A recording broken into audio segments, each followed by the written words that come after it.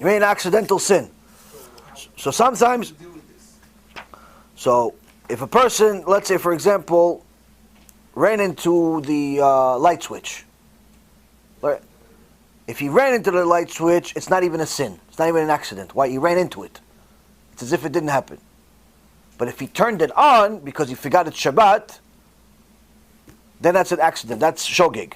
So what do? Yeah, you feel bad for you feel bad that something happened. But you say, okay, the mitzvah is we're not allowed to be upset on Shabbat. I'm going to continue celebrating Shabbat. But Motzei Shabbat, I'm going to do tshuva for it. How do you do tshuva? I'm going to ask my rabbi, what do I need to do? Which in essence, many times, it's to give tzedakah. Why? Because your tzedakah is a replacement for your korbanim. There's no korbanot anymore. There's no sacrifices anymore.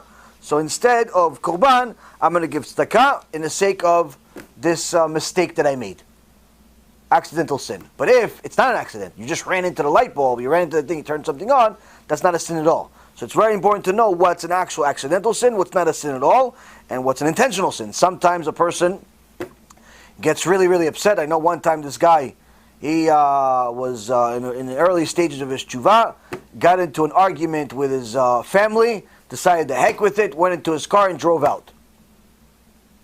Got really upset and drove away, ran away from his family. Now, is that an accident? No, it's not an accident. Can he do tshuva for it? Absolutely. What does he got to do? He's got to make sure that he learns halachot Shabbat. He's got to make sure he learns musar and stops being angry. And he's got to make sure to help other people not make the same mistake. Why? Because it's much, much worse to violate Shabbat than it is to do anything else in the world. Much worse. Because when a person understands what Shabbat is in the eyes of a Kadosh Baruch Hu, he understands that he shouldn't play with fire. That's why it's silly sometimes I have young people ask me, oh Rabbi, can I play basketball on Shabbat? I said, yeah, Chachamim said that if you're an adult, you're not even allowed to touch a ball. It's muktzeh. Why would you think that? He goes, no, but I don't know, all the friends are doing it. Oh, so you're relying on somebody that says it's allowed? Giants of the generation said you're not even allowed to touch a ball. Needless to say, you're not allowed to play basketball on Shabbat. Needless to say, it's not even necessarily the greatest idea to do it during the week. Because how much time are you going to waste on it? Unless you're doing it purely for exercise. But if you're spending 2-3 hours a day playing basketball, it's not exercise anymore. It's an addiction. Why are you playing with fire? Why are you playing with fire? Don't play with fire. Shabbat is Shabbat. Shabbat is a time to be with family. It's a time to get closer to HaKadosh Baruch Hu, learn His Torah. Time to rest a little bit. That's what Shabbat is for. All of these other things that you do during the week, do them during the week. Shabbat needs to be different than the rest of the week. If your Shabbat looks like the rest of the week, or worse yet, your Shabbat looks like the vacation of the Goyim, it's not Shabbat. It's a vacation for the Goyim. People, oh no, I'm going to the beach. I'm going to have my own private beach on Shabbat, and rich people, they have a weekend house. Weekend house. I'm going to sit on the beach on Shabbat. You ever hear Rabbi Akiva sit on the beach on Shabbat? You ever hear Rabbi Ovadia sit on the beach on Shabbat? We're not talking about the immodesty and all that stuff. Obviously, that's again, I'm talking about private beach. You're the only one there, you and your family. No one's wearing nothing over there. Everybody's wearing whatever they wear. Beaches for Shabbat? No. Oh, I'm going to go sit by the pool on Shabbat. Pools for Shabbat? Pools for Shabbat? You know anything about Shabbat? Shabbat is a time to learn Torah. Improve our spirituality. If a person understood what you get for Torah, for learning Torah, he would use every minute he has to learn Torah on Shabbat. Why? Because if you take all of the good that anyone has ever had in his life and you multiply by infinity, that's not even worth one word of learning Torah during the week. On Shabbat, the reward for your learning Torah is 1,000-fold. Whatever you got during the week for learning Torah is multiplied by 1,000 on Shabbat. This is the reason why many of the Chachamim, like for example, Rabbi Ovadia, wouldn't sleep on Shabbat at all. Like no sleep, zero. He would barely sleep anyway. He would sleep a few hours like many of the giants. They would barely sleep, they would study constantly. But on Shabbat, Dafka, he wouldn't sleep at all. Why? Cannot waste the time to sleep. I got to learn Torah. Got to learn Torah. like he's missing mitzvot. So when a person understands how much Torah is worth on Shabbat, these ideas of secular behavior escape him. But you're not going to understand it unless you learn Torah a little bit every day.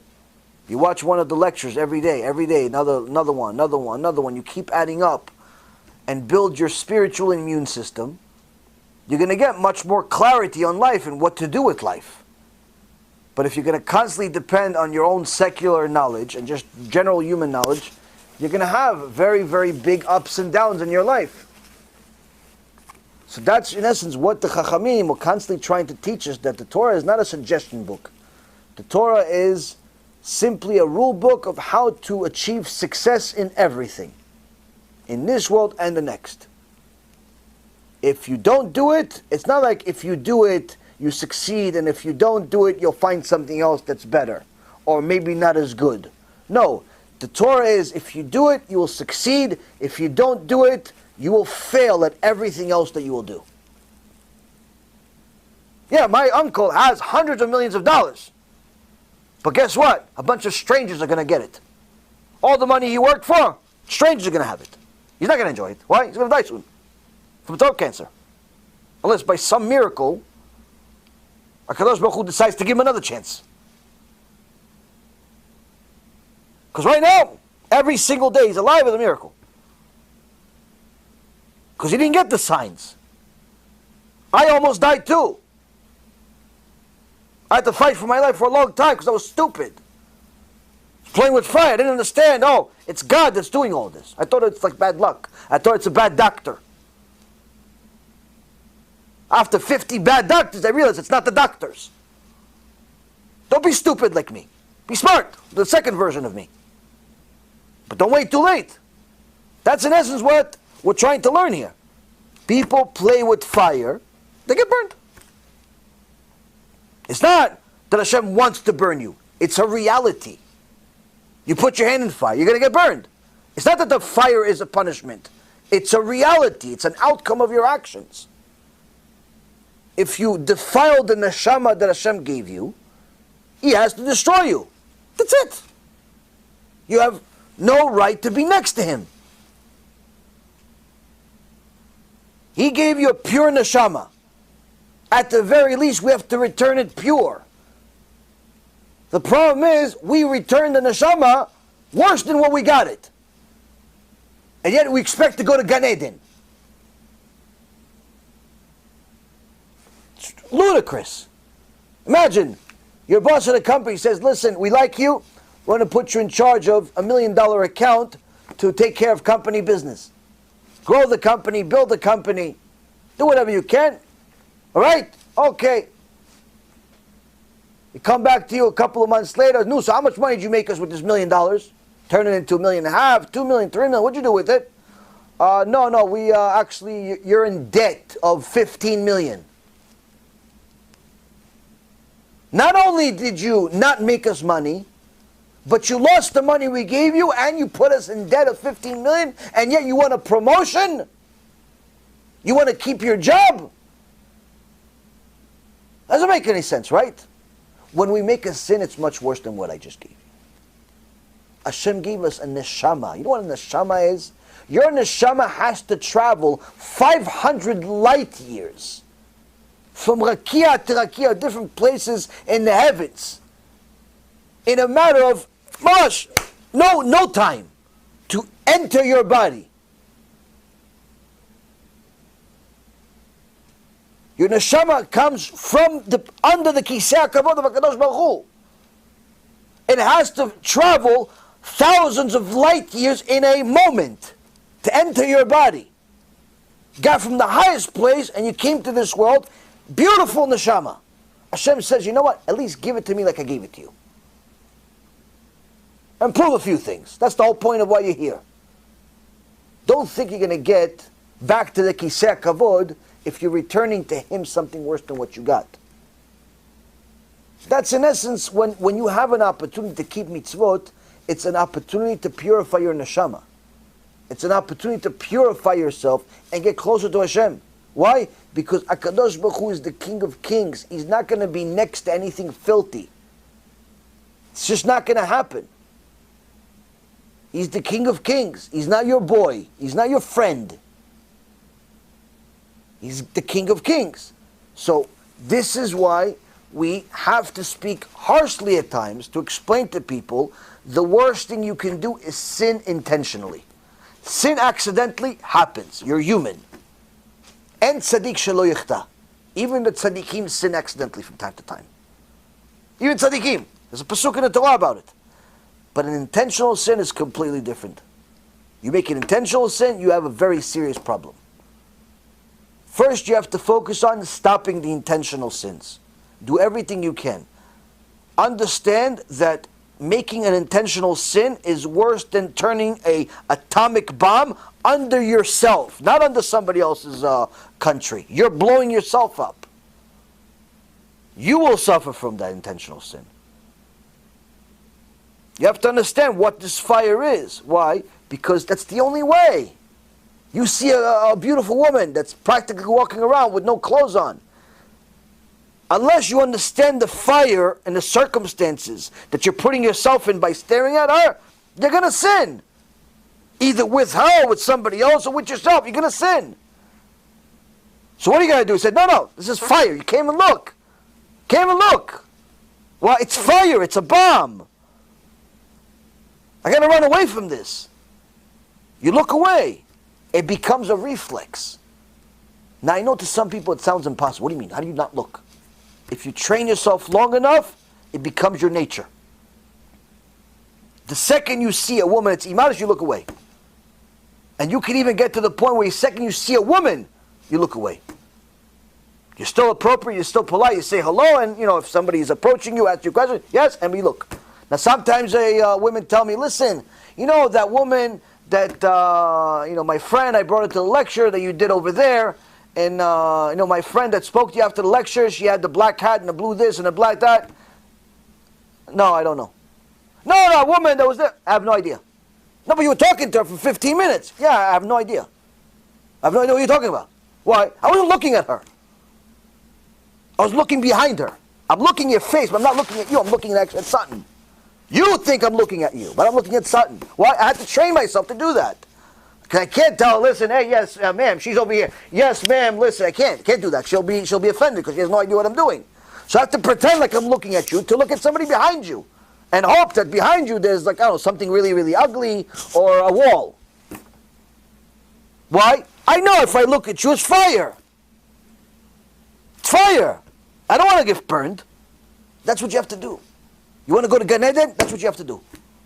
To look at a woman that's forbidden to you is an issur from the Torah. To look, forget about be with her. To look at a woman that's forbidden to you. If she is somebody else's wife, it's already Eshet Ish. If she's Nida, she's not your wife. But she's not your wife. She's Nida. She's not anybody's wife. Single woman. She's forbidden to you. Can't look at her. She's a Goya, not a Jewish woman. Forbidden to you. Looking at her, you're already violating the Torah. Now what do?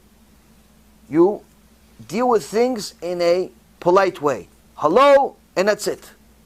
Whatever you need to do, cashier, yes, but 1 second, no staring.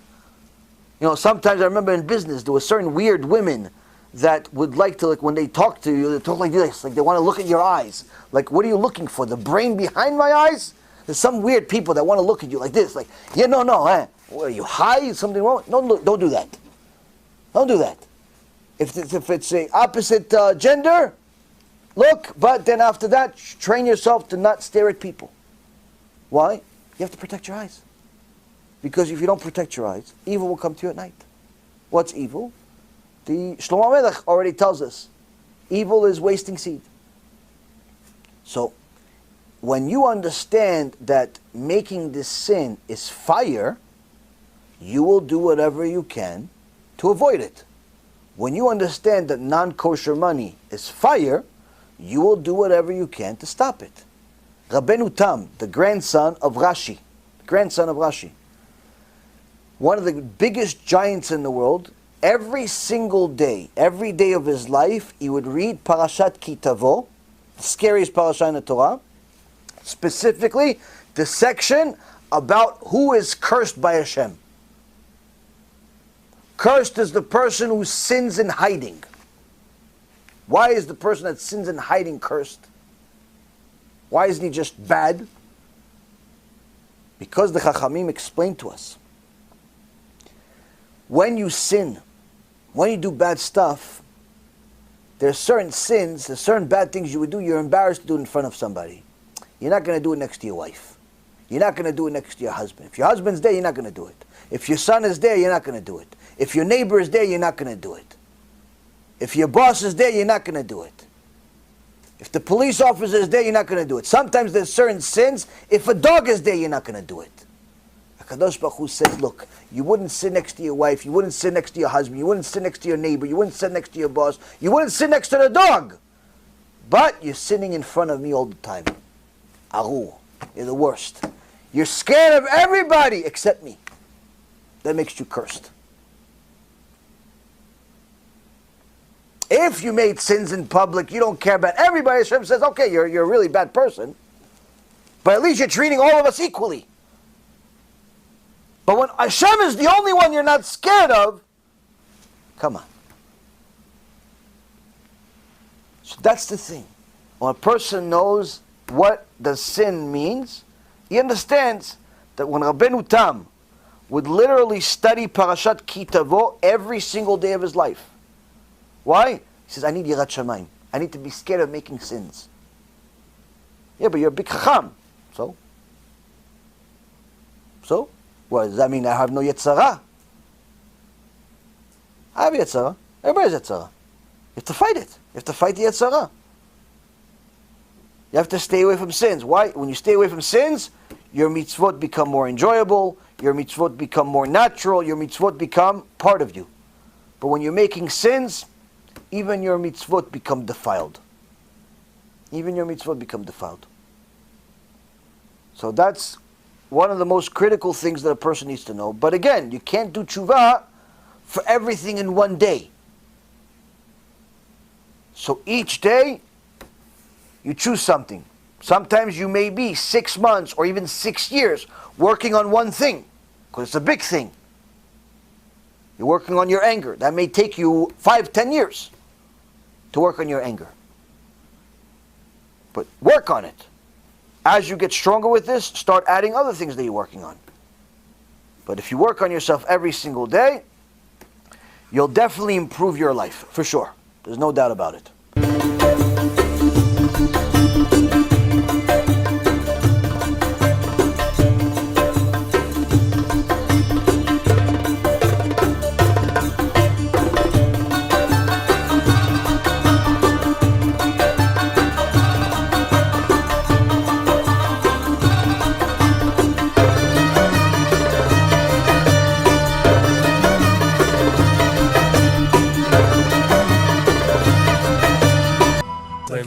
אני מברך את הרבנים,